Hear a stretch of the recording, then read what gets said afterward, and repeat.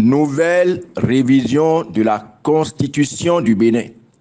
Alerte rouge. Béninoises, Béninois, chers compatriotes. Nous qui sommes ici, nous représentons la nation tout entière. C'est les institutions de la République.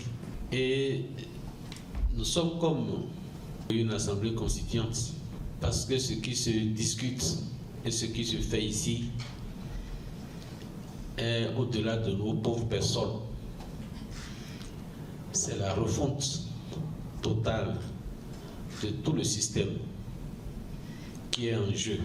À peine sommes-nous rentrés dans la nouvelle année que l'urgence me pousse à m'adresser au peuple, aux responsables des confessions religieuses, aux responsables des corps constitués, aux secrétaires généraux des centrales syndicales, aux responsables des organisations de défense des droits de l'homme, paysannes et étudiantes, aux intellectuels, aux chefs des partis politiques, aux sages et notables, aux institutions régionales et internationales, dans une alerte rouge en raison de la gravité et de l'urgence du chaos qui se profile à l'horizon.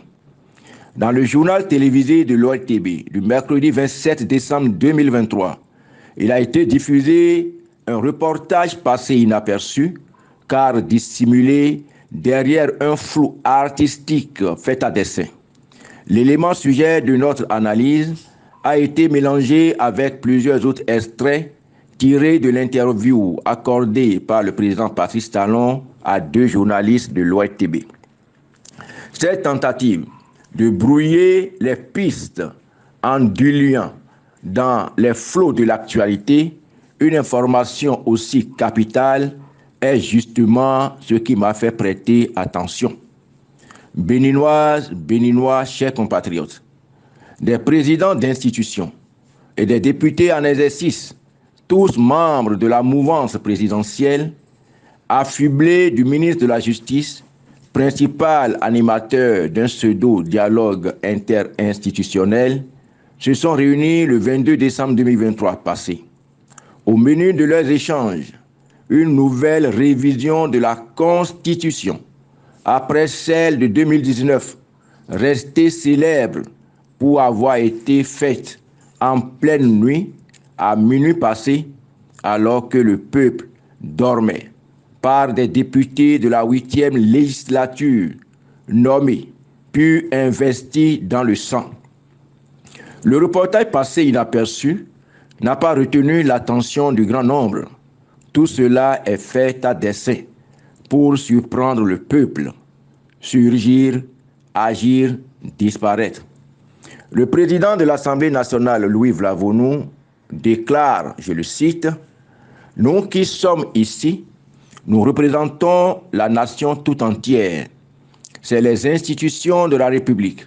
Et nous sommes comme une assemblée constituante. Parce que ce qui se discute et ce qui se fait ici est au-delà de nos pauvres personnes. C'est la refonte totale de tout le système qui est en jeu. Quelle prétention, quelle arrogance, de quelle légitimité juridique se prévalent les organisateurs de cette rencontre pour s'autoproclamer assemblée constituante, selon les mots mêmes de Vlavonou Louis. Les personnes présentes à cette rencontre représentaient une famille politique et des intérêts bien identifiés. Alors de quel ascendant juridique se prévalent-ils pour ainsi usurper les prérogatives dont seul le peuple souverain est dépositaire? Ce dialogue interinstitutionnel n'en est pas un. C'est la énième tentative d'un régime agonisant pour se survivre à lui-même sous une forme ou sous une autre. Une assemblée constituante, souvent abrégée en constituante, aussi appelée convention constitutionnelle, est une institution collégiale avec pour tâche la rédaction ou l'adoption d'une constitution, c'est-à-dire le texte fondamental d'organisation des pouvoirs publics d'un État. En étant l'instigateur principal de cette nouvelle révision, le président Patrice Talon sème une fois de plus les graines du trouble, du conflit et potentiellement de la guerre. Nous allons compromettre la paix pour les temps à venir. Je vous invite à suivre l'intégralité du reportage relatif au fameux dialogue interinstitutionnel. Passer en revue les difficultés de chaque institution de la République et renforcer le dialogue interinstitutionnel au Bénin, c'est le fondement de ces assises qui réunissent les présidents d'institutions. À l'invitation du ministre en charge des relations avec les institutions, ils ont répondu à ce rendez-vous d'échange. Le chef de l'État, dans son discours d'investiture du 6 avril 2016, a clairement affiché l'urgence de poursuivre de profondes réformes au plan politique, institutionnel, économique et social pour impulser une nouvelle dynamique dans le pays, avec pour objectif de rétablir un État respectueux des principes de la démocratie, des principes de la solidarité et des principes du développement. La mise en œuvre et la réussite de cette ambition du président de la République nécessite la contribution et la participation non seulement de tous les citoyens, mais aussi et surtout l'implication des institutions de la République. À la tête de la délégation parlementaire constituée non seulement de cadres, mais aussi de députés, le président de l'Assemblée nationale. Nous qui sommes ici, nous représentons la nation tout entière. C'est les institutions de la République.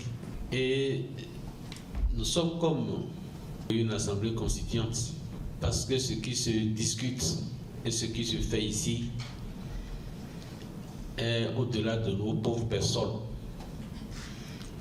C'est la refonte totale de tout le système qui est en jeu. La rencontre elle-même est faite de 4 communications portant sur le fonctionnement et les difficultés de la Haute Cour de justice, le cadre juridique et législatif du Conseil économique et social, l'organisation des élections générales de 2026 par la Sénat. Réunir les présidents d'institutions, députés et quelques cadres pour une refonte totale de tout le système politique. Pourquoi et à quelle fin? L'initiative de cette réunion partisane est clairement un aveu d'échec. La preuve est enfin faite. Plus rien ne va dans notre pays, au point où la seule voie honorable pour le relancer passe indubitablement par le dialogue national inclusif de toutes les tendances et de toutes les forces vives du Bénin.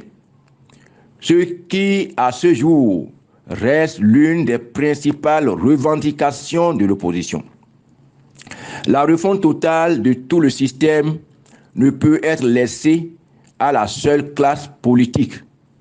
À plus forte raison, aux seuls copains du président de la République qui, depuis avril 2016, sous la rupture, ont été ses complices dans ce qu'il convient d'appeler l'échec total des réformes politiques de l'ère Talon.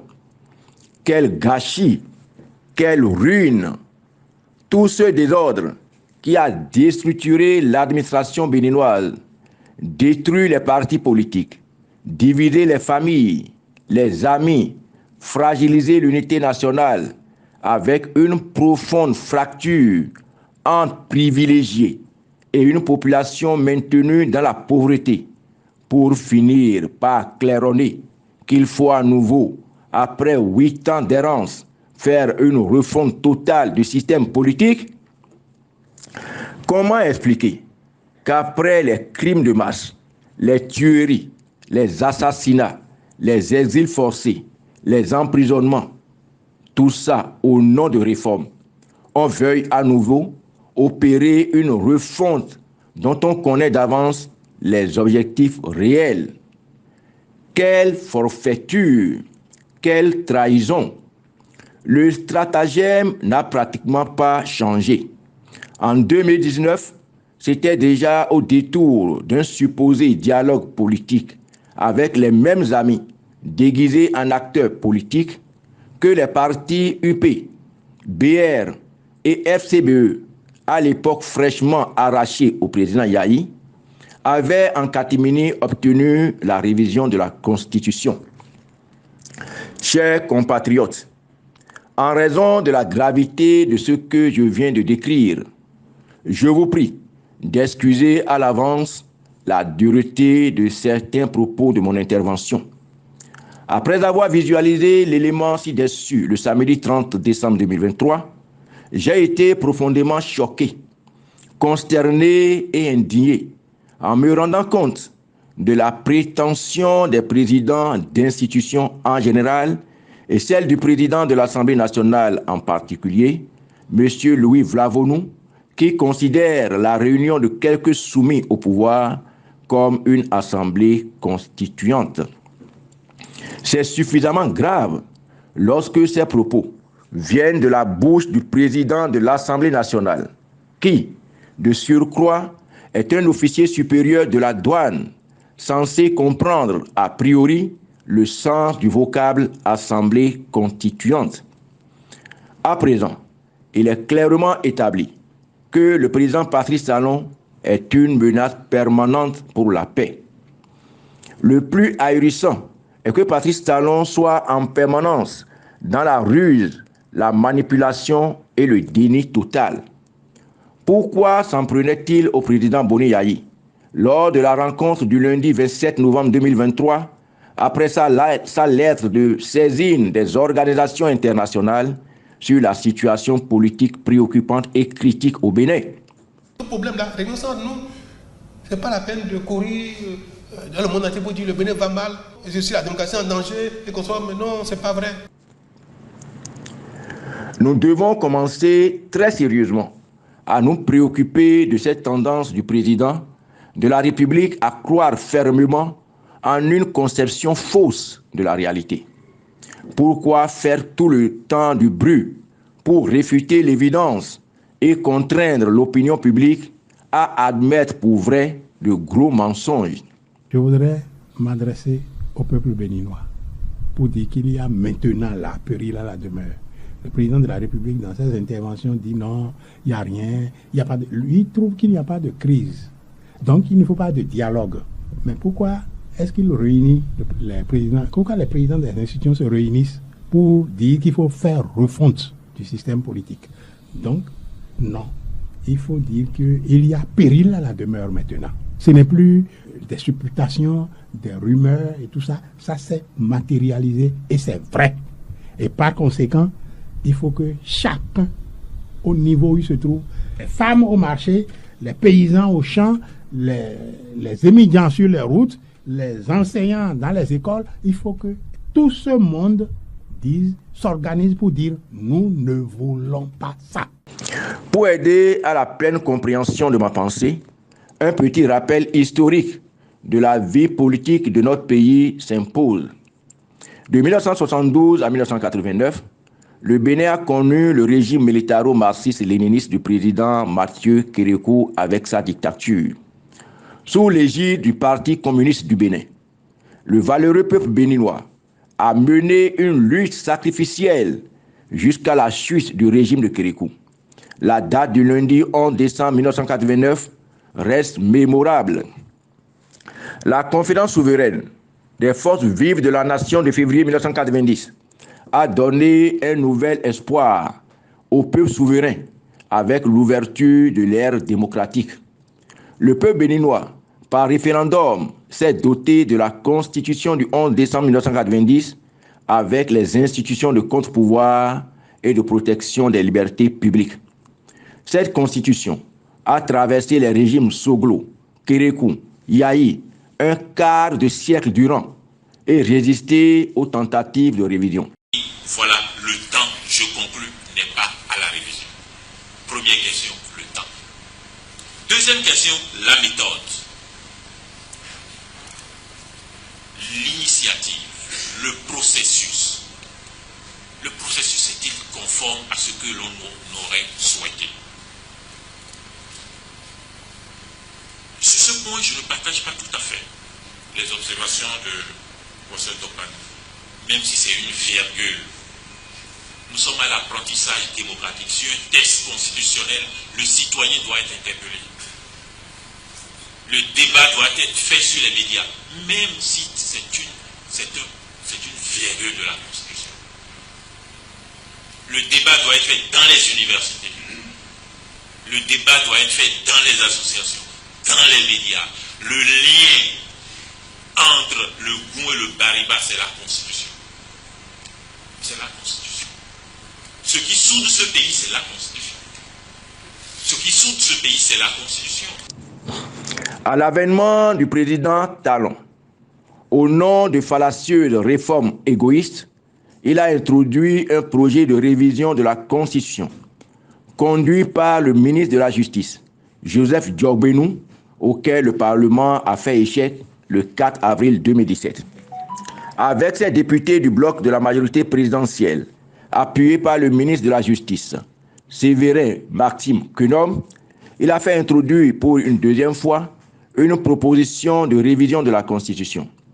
Avec bravoure, témérité et un sens élevé de patriotisme, les députés de l'opposition de la 7e législature ont bloqué le 5 juillet 2018 cette deuxième aventure.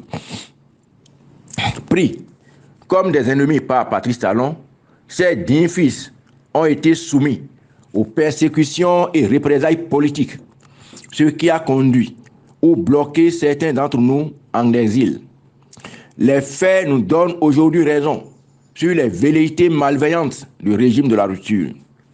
C'est le moment pour moi de réfuter totalement, en tant que témoin et acteur de la 7e législature, les affirmations de certains journalistes que j'ai récemment suivis sur une chaîne privée béninoise en ligne. Au dire de ces journalistes, le président Talon a eu le mérite de vouloir réduire les pouvoirs exorbitants du président de la République contenus dans la loi numéro 90-32 du 11 décembre 1990 portant Constitution de la République du Bénin, mais il en avait été empêché par les hommes politiques de l'opposition, en l'occurrence la minorité parlementaire de la 7e législature. Il s'agit d'une parfaite contre-vérité.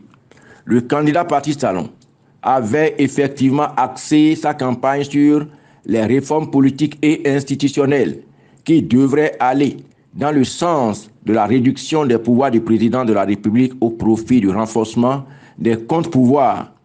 C'était une manipulation de plus pour accéder au pouvoir d'État.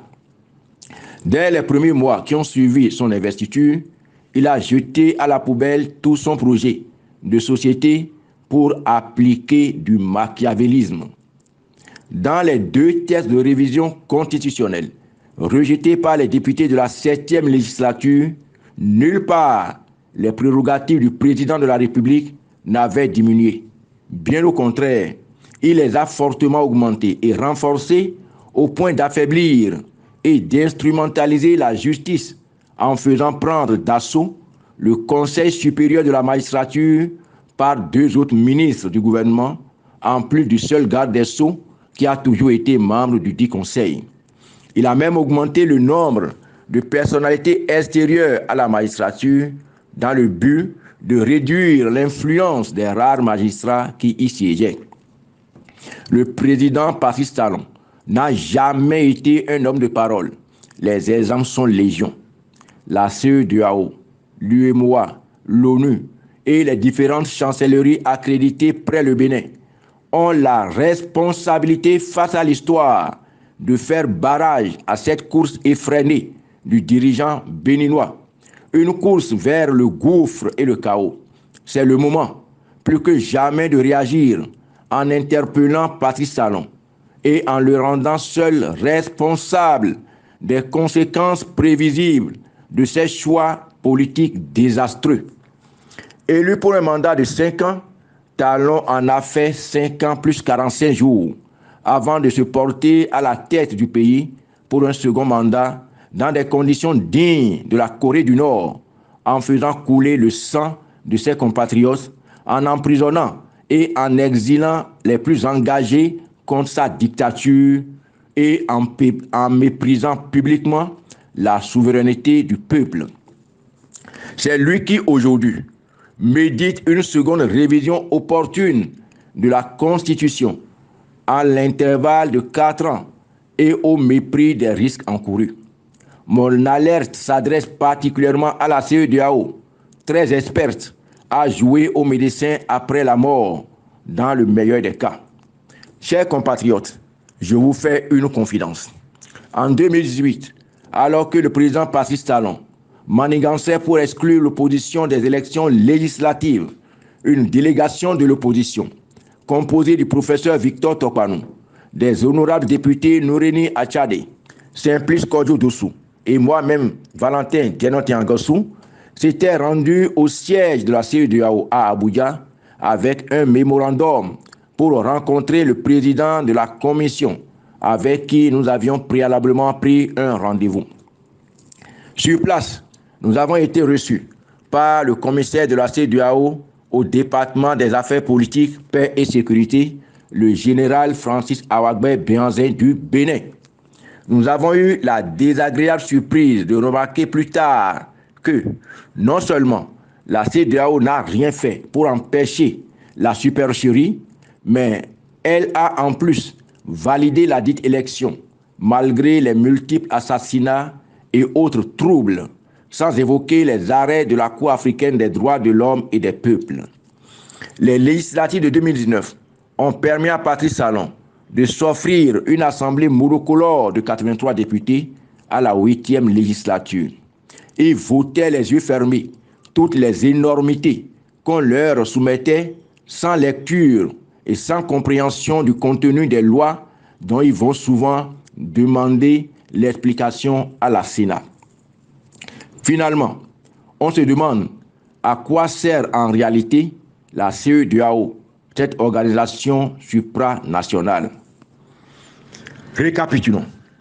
En 8 ans de gouvernance, voici comment le président Patrice Talon a malmené les textes fondamentaux de la République. 4 avril 2017, première tentative de révision de la Constitution du 11 décembre 1990. 5 juillet 2018, deuxième tentative de révision de la Constitution du 11 décembre 1990. 17 septembre 2018, loi numéro 2018-23 portant charte des partis politiques en République du Bénin. La loi numéro 2001-21 du 21 février 2003 portant charte des partis politiques venait ainsi d'être abrogée.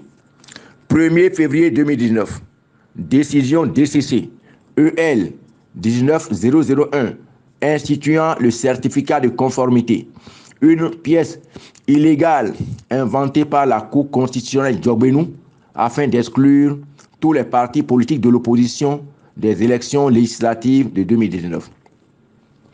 3 septembre 2018, loi numéro 2018-31 portant code électoral en République du Bénin. Sous le fallacieux prétexte de réformer le système partisan et électoral, le président Talon s'est engagé à remplacer la loi 2013-06 du 25 novembre 2013 portant code électoral en République du Bénin, qui a été le fondement de plusieurs élections et qui l'a fait élire lui-même revenu d'exil sans heurts dans une paix absolue. Malgré les vives critiques de l'opposition, de l'opinion nationale et internationale, des juristes de haut niveau, les députés de la mouvance présidentielle à l'Assemblée nationale, regroupés dans le bloc de la majorité présidentielle BMP, ont voté la loi numéro 2018-31 du 3 septembre 2018 portant code électoral en République du Bénin. Il convient de souligner que les lois de 2018 portant charte des partis politiques et code électoral ainsi que le certificat de conformité n'ont servi qu'à organiser les seules élections législatives de 2019. L'objectif étant simplement d'exclure les partis politiques de l'opposition aux fins de nommer dans le sang les préposés aux lois de 2019 appelés députés de la 8e législature. Après avoir tué, emprisonné, exilé les Béninois et installé ces commis dans le sang avec des chars de guerre, Patrice Talon fait voter de nouvelles lois électorales d'exclusion, de tripatouillage, de tricherie et de ruse pour les élections communales de 2020 et la présidentielle de 2021. 7 novembre 2019, loi numéro 2019-40, portant révision de la loi numéro 90-32, portant constitution de la République du Bénin. 15 novembre 2019, loi numéro 2019-41, portant charte des partis politiques en République du Bénin. L'Assemblée nationale a délibéré et adopté cette loi en sa séance du 7 novembre 2019. 15 novembre 2019, loi numéro 2019-43, du 15 novembre 2019, portant code électoral en République du Bénin. L'Assemblée nationale a délibéré et adopté cette loi en sa séance du 13 novembre 2019. Si pour la charte des partis politiques, Talon a fait simplement modifier quelques articles de la loi numéro 2018-23 du 17 septembre 2018, quant au code électoral, il a carrément rangé la loi numéro 2018-31 du 3 septembre 2018 qui lui a permis de nommer ses députés. Pourquoi? L'enjeu des communales de 2020, élections charnières vers 2021, et la présidentielle de 2021 était tel qu'il fallait tout mettre à plat afin d'inventer de nouvelles méthodes plus sophistiquées d'exclusion, de ruse, de rage, de tricherie et de tripatouillage pour mieux voler les élections communales de 2020 et la présidentielle de 2021. 4 juin 2020, loi numéro 2020-13 du 4 juin 2020 portant interprétation et complétant la loi numéro 2019-43 du 15 novembre 2019 portant code électoral. C'est en plein processus d'installation des conseils communaux et d'élection des maires comme de leurs adjoints au lendemain des communales de 2020 que le régime de Patrice Talon, au mépris des normes communautaires et des règles de bienséance, est retourné à l'Assemblée nationale, modifier le code électoral avec une proposition de loi interprétative pour la nomination des maires et des chefs d'arrondissement. Chers compatriotes et citoyens du monde, voilà le passif de Patrice Talon en matière de législation électorale au Bénin. 4 tentatives de révision et 2 révisions de constitution en 8 années de gouvernance, avec des centaines de Béninois tués, en prison, en exil ou en clandestinité. C'est excessif pour une constitution qui a permis à 3 présidents, Soglo, Kérékou, Yahi, de gouverner le Bénin durant 25 ans, sans effusion de sang et en toute quiétude. Examinez les 3 versions de révision constitutionnelle sous Talon, 2017, 2018, 2019, et vous verrez les variations des objectifs. Aucune réforme sérieuse, rien que des machinations pour conserver le pouvoir dans un climat de terreur. 4 années après la révision de 2019, qu'est-ce qui pourrait objectivement justifier une nouvelle révision de la Constitution à 2 ans de la fin du 2e et dernier mandat de Talon, si ce n'est pour s'accrocher au pouvoir? Le Bénin n'a jamais connu une aussi grande instabilité juridique en matière électorale. C'est le débat du peuple, ce n'est pas le débat de 83 personnes. Voilà. Quelle que soit la voie, parlementaire ou référendaire, le peuple doit être associé. Pourquoi? Cette constitution-là, elle a une charge émotionnelle. Il y a un lien d'amour entre le peuple et cette constitution. Donc on ne peut pas en faire une affaire c'est l'Assemblée. De l'élite. Patrice Talon s'apprête à réviser à nouveau la constitution béninoise au fait de la formater selon ses ambitions pour les élections générales de 2026 qu'il souhaite reporter en 2028 en distribuant aux conseillers municipaux, communaux, aux députés et à lui-même un bonus, une rallonge de 2 ans. Voilà l'appât pour faire adhérer les élus.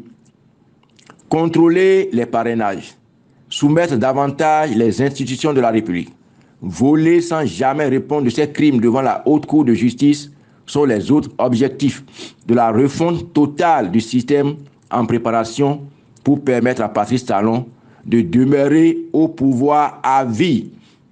Chers honorables députés, prenez garde de ne tomber dans cette fosse qui portera sûrement préjudice au peuple, à vos progénitures et à vous-même. À présent, par amour et au nom des liens d'affinité, je me permets de prodiguer quelques conseils à certaines personnalités de ce fameux groupe, bras opérationnel du complot contre le peuple. Professeur Dorothée Sosa, je vous connaissais depuis que vous étiez professeur au lycée polytechnique de Porte-Nouveau. Mes camarades qui vous avaient eu comme professeur en finances publiques, si mes souvenirs sont bons, vous décrivaient comme un homme de grande probité. Au-delà de ce souvenir lointain, j'avais été très proche de vous dans ma fonction de garde des Sceaux, ministre de la Justice, quand vous étiez secrétaire permanent de l'OADA. Nous avons assez collaboré sur plusieurs dossiers et dans les conférences des ministres de la Justice de l'OADA. J'avais gardé de vous le souvenir d'un haut cadre, humble et très compétent. Nous avons ensemble, je le sais, le souci du droit et de la justice. De plus, notre éducation Marie nous interdit formellement d'être du rang de ceux par qui le malheur arrivera. Pour avoir présidé le supposé dialogue politique et participé à la rédaction du projet de révision constitutionnelle de 2019, votre crédibilité dans l'opinion a pris un coup. Veuillez ne pas en rajouter. Maître Yvon Deschenous, garde des Sceaux, ministre de la Justice et de la Législation, vous portez un patronyme très respectable. Votre géniteur, le professeur Antoine Deschenous, ancien directeur charismatique de l'emblématique CEG Bégamin, est une personnalité de grande notoriété. Je vous prie d'honorer sa mémoire en demeurant digne et d'éviter de vous mêler à ce sordide plan. Vous êtes originaire comme moi de Covey, et plus précisément du quartier Rousseau, le quartier de ma génitrice. Dans la tradition Marie, vous êtes considéré comme mon petit-oncle maternel. Il est donc de mon devoir de vous prier de nous épargner de cette ignominie. Conseiller Nicolas Assomba, magistrat de renom très compétent, vous avez été mon conseiller juridique au ministère de la Justice. Vous n'avez sûrement pas oublié l'amour et le respect que je porte à votre personne en tant qu'aîné et ma bataille dans les conditions que vous savez pour votre promotion à la Cour suprême, puisqu'homme de justice et chrétien, j'avais été contre la brimade dont vous faisiez à tort ou à raison l'objet. Vous savoir finalement, proche du régime sanguinaire et barbare de la rupture, m'attriste. Vous connaissant, très intellectuel et défenseur de la vérité. Vous voilà à nouveau emballé dans une entreprise périlleuse pour la paix au Bénin. Je vous en prie, faites honneur aux valeurs que nous avons jadis défendues ensemble contre vents et marées. Que l'histoire ne retienne pas plus tard votre nom au nombre de ceux qui ont comploté contre la paix et la sécurité du pays. Peuple béninois et chers compatriotes, cette bataille est la nôtre. Ensemble, nous devons relever le défi en barrant la route à cette révision constitutionnelle maléfique. Souveraineté au peuple, victoire au peuple, foi et espérance. Valentin Djenontin Agossou.